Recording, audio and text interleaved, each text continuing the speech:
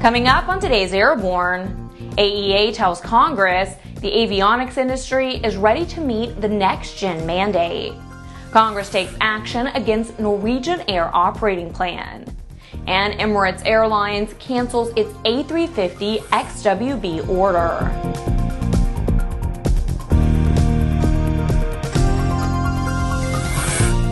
Welcome to Airborne on Aero-TV. I'm Ashley Hale. Aircraft Electronics Association President Paula Derks addressed the U.S. House Committee on Small Business on Wednesday. Derks told committee members that FAA leadership needs to refocus its efforts for a more rapid adoption of the safety-enhancing next-gen technologies it has invested so heavily in. The hearing, titled FAA's 2020 Next-Gen Mandate, Benefits and Challenges for General Aviation, examined the benefits of the 2020 mandate to the general aviation community, challenges it may face in compliance with the mandate, and the importance of incentivizing and ensuring widespread adoption. In her testimony, Derks focused on job creation and urged congressional leaders to encourage the FAA to expedite the implementation of the NextGen GA Fund by issuing loan guarantee certificates. Derks stressed the need to streamline certification and field approvals for the expected 160,000 U.S. general aviation airplanes to be equipped in time to meet the January 1, 2020 mandate for ADS-B out. Supporting testimony was provided by Free Flight Systems CEO Tim Taylor. The U.S. House of Representatives has passed an amendment to the 2015 Transportation, Housing, and Urban Development Appropriations Act that requires that the U.S. Department of Transportation follow the protocol contained in the U.S. EU Open Skies Agreement. The DOT is currently reviewing an application for a foreign air carrier permit submitted by Norwegian Air International that unions say threatens to undercut labor standards both in the U.S. and in Europe. Sarah Nelson, AFA International President, said, quote, "Our union is focused on stopping any scheme like Norwegian Air International from severely undercutting our airlines, threatening our jobs, and setting a harmful precedent that would undermine U.S. labor and safety rules," end quote. ALPA's president, Captain Lee Moak, said, quote, "Congress has a responsibility to make sure that U.S. airlines do business in a fair marketplace and that the U.S. government's transportation funds don't hand an advantage to foreign airliners that try to cheat the system," end quote. It was reported in USA Today that the White House announced it strongly opposed the legislation for reasons other than the airline debate. This story leads to some questions. Why does the U.S. House need to pass a law to get the DOT to do its jobs? Are the unions just turf protecting, or is this airline really unsafe? How do you define the word fair in a free market economy? And why is the president not supporting the House amendment in the union viewpoint? We'll watch and see how this plays out. You're watching Airborne. We'll be back after these messages with more news and our feature of the day. ADS-B will be mandatory for most aircraft by 2020 in the United States, but you can benefit from ADS-B today with the Bendix King KT-74 Mode S transponder. The KT-74 meets the global mandates for ADS-B out when attached to a suitable WAAS GPS. Finally, the extraordinary story of the world-changing X-Prize space competition is being told and illustrated with hundreds of insider photos in Jim Campbell's colorful new book, Beyond the Blue. Journey with Jim as he flies formation with spaceships, plays in zero gravity, prepares rocket racers, and documents the amazing first decade of the personal space race. Available this summer.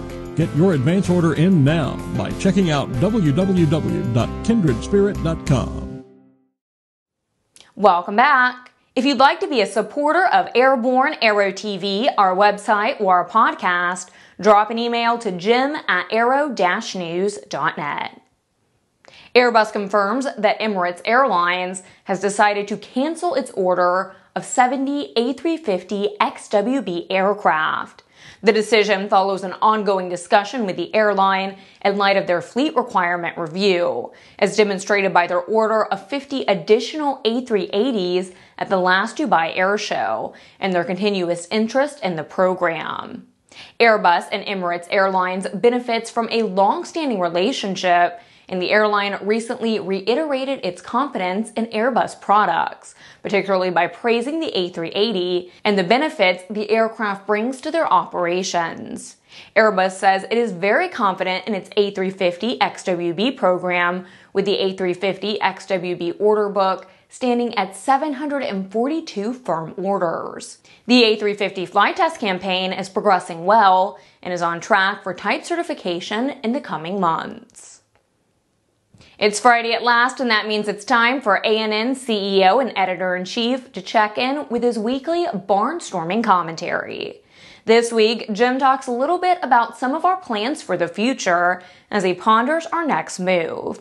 Here's this week's Barnstorming. Thanks, Ashley, and hi, folks. Well, we're in a kind of an interesting place, some 40-plus days out from Oshkosh, where we're doing a little bit of planning, and not just for Oshkosh, but frankly, right after Oshkosh is when we really get our game on and start making the changes we need to make for the oncoming year. Well, this year we have an embarrassment of riches. We've got a number of projects across a number of venues. There's a continuing redevelopment and a massive redesign of ANN, something that we think is going to be fairly radical by the time it gets done. There's aspects of redevelopment in Aero-TV, Airborne, and our programming. Our book company, of course, is back in business and doing some tremendous work, especially now that Beyond the Blue is at the printer. Add it all up, there's an awful lot of things on our plate. We're excited about it. But something I can't quite talk about yet has really got me energized. We had an idea last year. We've been working on it with a number of people. And without a doubt, I think it may be the best idea we've had so far. We're working with some really extraordinary people.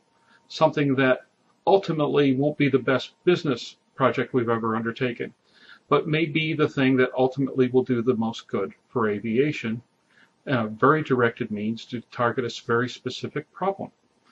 Now, I don't know about you. It's tough doing business out there, and we probably should be doing the things that mean the most business-wise for the company. But I watch this industry, this activity I love, swirling the drain. I watch too many people ignoring it.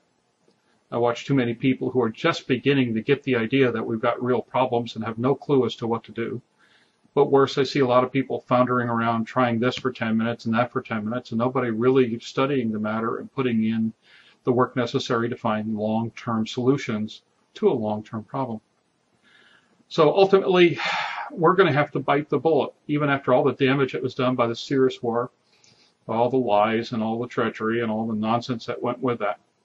When we should be spending virtually 100% of our time not only recovering but rebuilding the business, and indeed that's mostly what we're doing.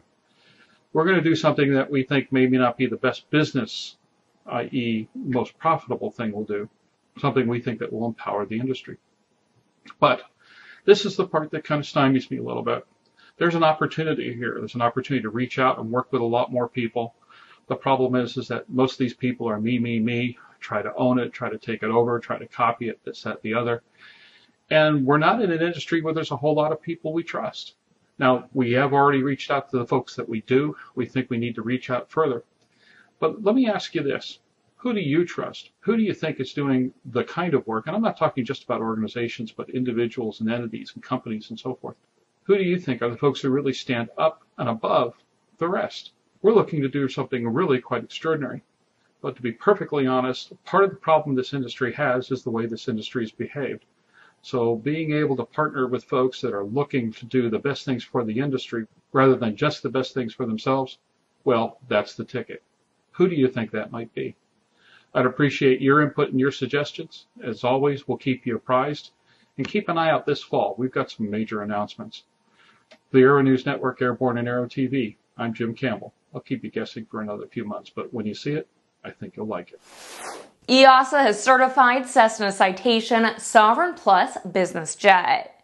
The aircraft recently completed a successful demonstration tour in Europe, where it debuted last month at the 2014 European Business Aviation Convention and Exhibition in Switzerland. Featuring winglets and the new Pratt & Whitney Canada PW306D engines, the Citation Sovereign Plus has a range of 3,188 nautical miles, a top speed of 460 knots, and a direct climb to 45,000 feet. The new cockpit in the Sovereign Plus is designed around the Cessna intrinsic flight deck, powered by Garmin G5000 avionics. The Sovereign Plus features the longest cabin in its class, with a maximum seating configuration for up to 12 passengers. The Clarity cabin system allows passengers to remain connected in flight through the integration of smartphones and tablets, along with an Airborne internet system. You're watching Airborne. We'll be right back after these messages.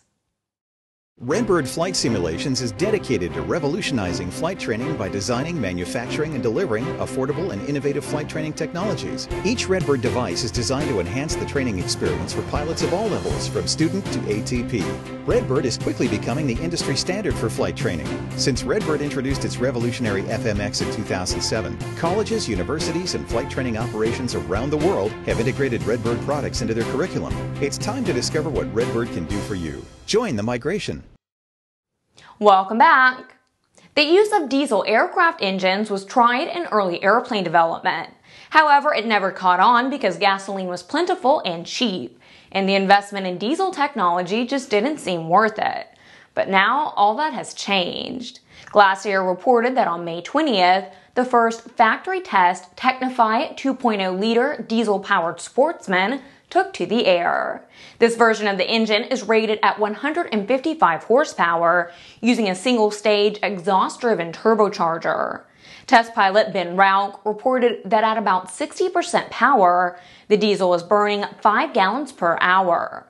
That makes the Sportsman a 5-hour airplane plus a 1-hour reserve, while carrying about 840 pounds of payload. With auxiliary tanks, the endurance becomes about 10 hours, while still carrying about 700 pounds. Rauch observed an indicated airspeed of 137 knots, with maximum power at 9,500 feet. Glasair says it anticipates that the airplane will be available through its 2 weeks to taxi program beginning this fall. The one thing that everyone recognizes as a plus factor in drone flying is that the pilot remains safely on the ground. However, we recently found a story that proves it may not be as safe as you would think. It appears a young Connecticut man was flying a small vertical lift drone equipped with a video camera along the beach, and a woman took issue with his operation.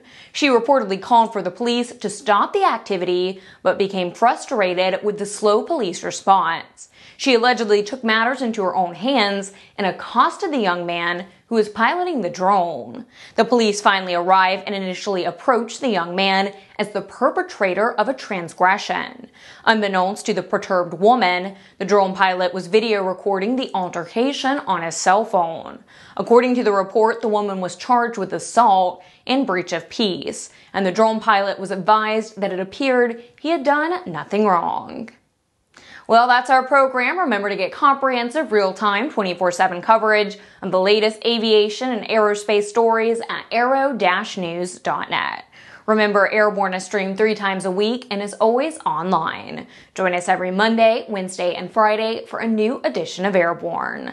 I'm Ashley Hale. Thanks for watching.